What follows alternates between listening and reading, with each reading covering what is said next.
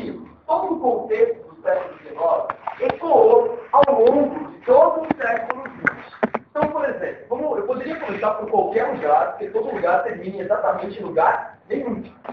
Faz a menor diferença. Mas vou começar por um contexto atual, que é esse aqui. Então, hoje, se você digita Tamiflu no Google, aparece uma série de referências fixas. E você sabe, né? Quanto mais um verbete digitado no Google, maior o número de referências fixas que vai aparecendo nele ali. Então, hoje o Tamiflu está em grande exposição na mídia por causa da história da gripe e tudo mais. Mas tem uma história maior por trás dessa, que é a seguinte. O Tamiflu é o auge do que a gente conhece como o desenvolvimento de drogas das indústrias farmacêuticas, que atingiram seu apogeu no século XX. Produto essas indústrias de uma revolução industrial que nasce no século XIX. Um homem aprendendo a produzir em grande escala, o homem aprendendo a produzir para grandes multidões. Então a indústria farmacêutica, ela diz essencialmente o quê? O lucro ou ajudar a população? O lucro. Então não adianta nada você fabricar um remédio se você vai vender para 100 pessoas. Não funciona.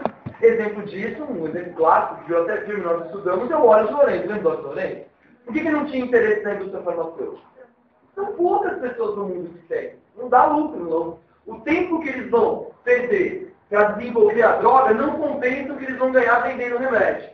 Ao passo que remédios virais, como o Tamiflu, inibidores de neuraminidase, são remédios que têm uma grande venda, porque gripes são eventos epidêmicos, por serem epidêmicos, atingem grande parcela da população. Vale a pena investir. Esse é o lance. Então, na verdade, isso remonta um conceito de revolução industrial, da produção, do lucro, da maximização dos produtos. Tudo bem? Bom, aí tá. Tamiflu. Aí o Tamiflu você pergunta, o que ele faz, né? O que é o Tamiflu? O Tamiflu, para dizer de modo bem simples, é um inibidor de neuraminidase. Vamos lá, mistério. O que é um inibidor de neuraminidase? Tá? Existem vírus, você já conhece. Esses vírus apresentam uma série de estruturas, material genético, cápsula, e na cápsula dos vírus existem glicoproteínas. É isso que os vírus usam para grudar na sua célula e entrar. Adivinha o que o Tamiflu faz? Ele destrói essa glicoproteína e incapacita o vírus de penetrar nas suas células. Então, de certo modo, o Tamiflu, ele colabora para inibir a reprodução do vírus dentro do seu organismo. Mas tem um lance interessante. Essas glicoproteínas, elas sofrem mutações constantes. O tempo todo. Elas mudam de tempos em tempos. E o detalhe, mutação é a fonte da variabilidade. Os vírus, eles têm um sucesso evolutivo muito grande, porque eles têm uma grande capacidade de mutação. Tendo grande capacidade de mutação, eles apresentam uma grande variabilidade, que será colocada sob a pressão de seleção. Então, os vírus são selecionados o tempo todo pelo nosso organismo. A grande maioria morre, aí você sobrevive. Aqueles vírus que sobrevivem são os vírus resistentes. Então, se você tiver um uso indiscriminado do Tamiflu, você está aumentando sobre o vírus a pressão de seleção.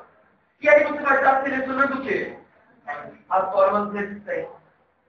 Sabe coisa maluca? A gente faz com os vírus o que a natureza fez com a gente. A gente aumenta a pressão de seleção em cima do vírus, o vírus obviamente vai sofrer mutações, vai apresentar uma variabilidade e algumas formas vão ser resistentes. Então, se você usar demais o remédio, chega uma hora que o remédio não funciona mais, não faz mais efeito. Adivinha por quê? Porque ele sofreu as mutações. Mutações dessas que causam diferenças principalmente em cima de quem? Deixa eu pegar o X aqui, está do outro lado da sala. As mutações, por exemplo, dessas próprias glicoproteínas. Aqui, ó. Essas mutações. Tá? Bom, aí você pensa, o que a África tem a ver com tudo isso? Boa parte dos vírus que nós temos hoje, eles são, na verdade, originários daqui, da África. A África hoje é um dos maiores reservatórios de doenças antigas e emergentes. Tanto é que existem institutos de pesquisa, como o CDC, em Atlanta, Estados Unidos, que mantêm equipes fixas na África, acompanhando o surgimento de qualquer doença, ao menor espirro, ao menor tosse, ao menor surto, numa aldeia, o CDC está lá na hora para detectar essas doenças. Porque quanto mais cedo a gente descobre a doença, menos chance os vírus têm de sofrer mutação. Então é interessante você perceber que a história da humanidade e a história da evolução da humanidade é muito semelhante à história e à evolução de quem? Dos vírus. E o que é que nos une? É a chamada pressão de seleção. Ao mesmo tempo que os vírus pressionaram nós, seres humanos, para sobreviver, nós também pressionamos os vírus, selecionando esses vírus. Então hoje, se você tem, por exemplo, AIDS, é porque o vírus da AIDS, na verdade, sofreu várias mutações. Em que continente? Na África. Resultando uma doença que é o quê? Emergente. A AIDS surgiu na África, por mutações de vírus que entraram em contato com os seres humanos. Agora, essa África, ela tem uma história também. É o berço da humanidade. A nossa espécie como Homo sapiens, ela nasceu aqui, na África do Sul, há mais ou menos uns 150 mil anos atrás. Aqui nasce a espécie humana.